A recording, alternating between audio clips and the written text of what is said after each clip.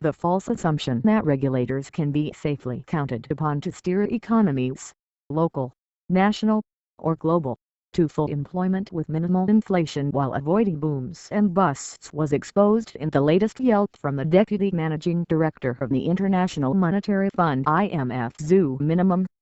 In Chinese, his name means people rule or democracy, but his ideology is firmly rooted in the Keynesian fallacy that economies can be successfully managed by experts without assistance or input from the common folk.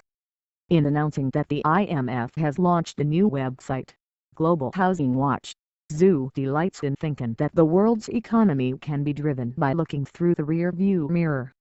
He said, "Housing prices are inching up.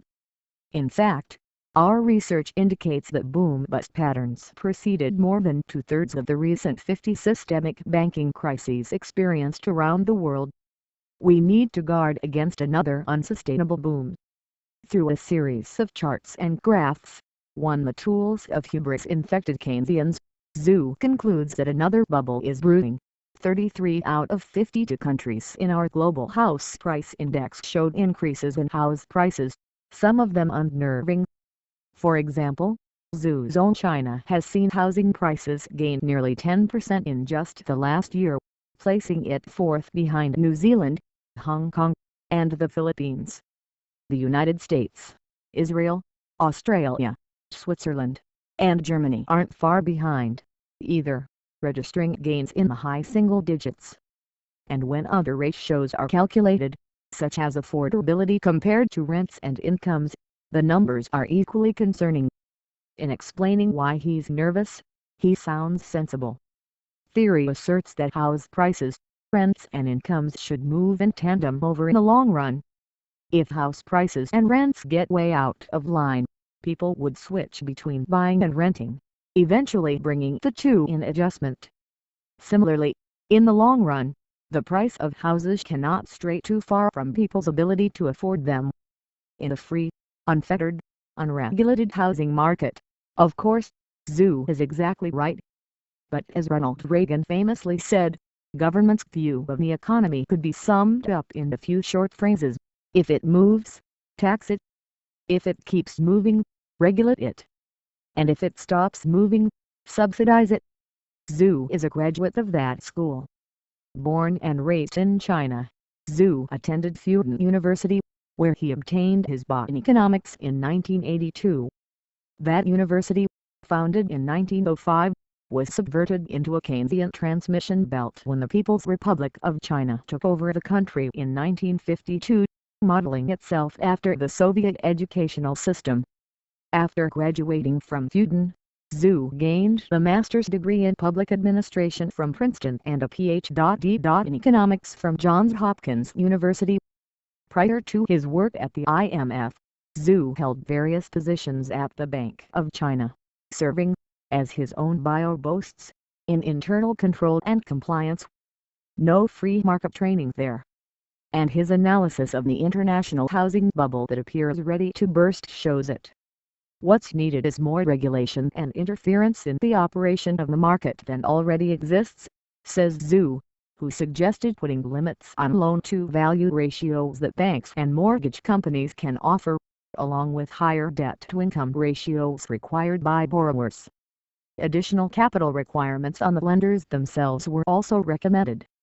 And then, of course, there's monetary policy, which involves the central bank of each country raising interest rates to cool off the housing sector.